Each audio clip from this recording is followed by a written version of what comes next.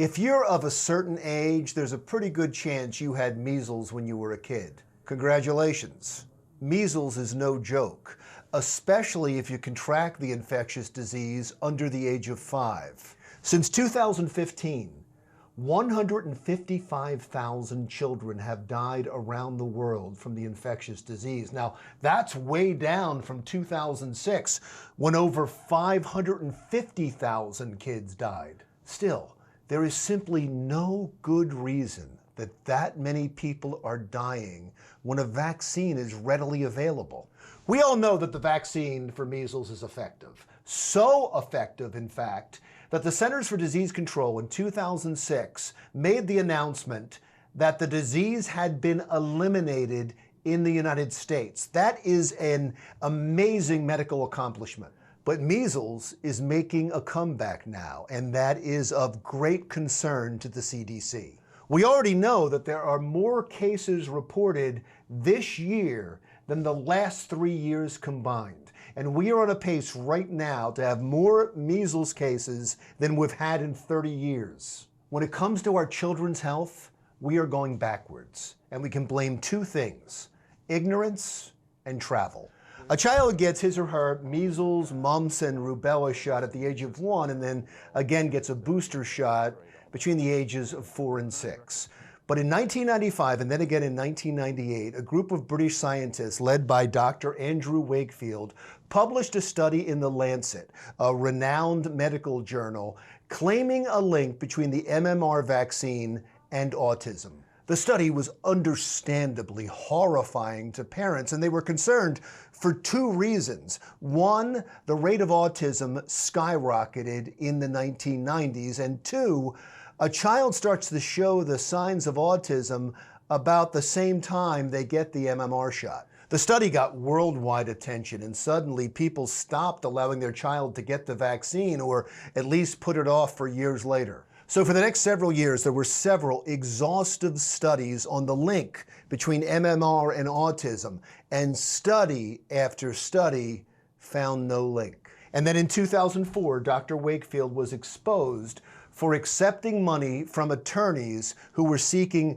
large settlements from the company making the vaccines. His research was exposed as being fatally flawed, and he lost his medical credentials. The Lancet retracted the study. And still, there are people who believe Wakefield's lies and refuse to get their children vaccinated. In a recent outbreak in 15 states, health officials say 99% of the cases were because parents refused to get their children vaccinated. Measles is so contagious that it can simply start when somebody travels to or emigrates from a country that is prone to the disease, and then they carry the virus here. Measles is so contagious that one cough or sneeze from that person can spread to 9 of the 10 people around them. Just imagine what that means for a classroom full of unvaccinated children. Despite the recent outbreaks and despite overwhelming evidence that the vaccines are safe, there are still parents out there who refuse to vaccinate their children. 47 states now have some exemption from the MMR vaccine, most of them for medical or religious reasons. But it's no coincidence that this year's outbreaks happened in those states, including New Jersey, where 19 children contracted measles this year. Because of the outbreak, there was a push by the New Jersey government to eliminate all exemptions to get all children vaccinated. It failed.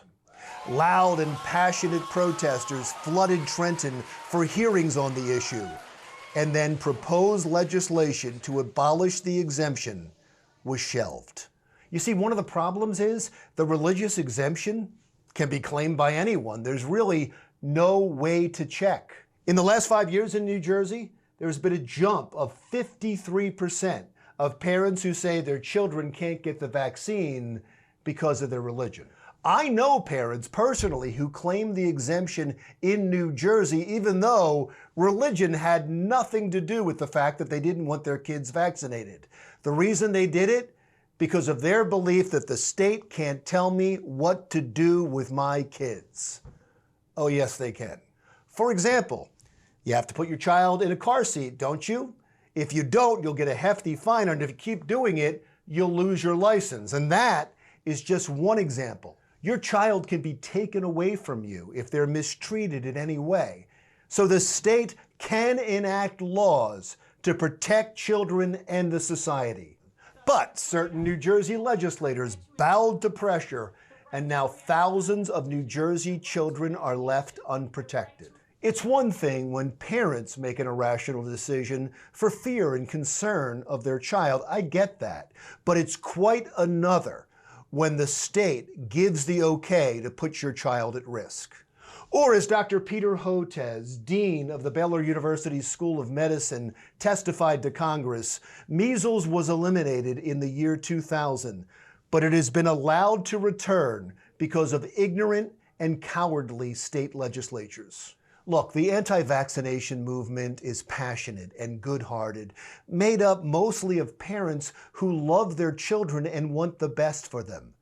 But love and passion doesn't make it right.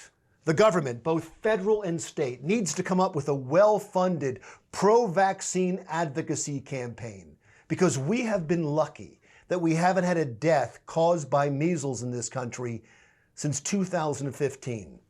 Statistically, that streak can't continue. I'm Larry Mendte. Talk again soon.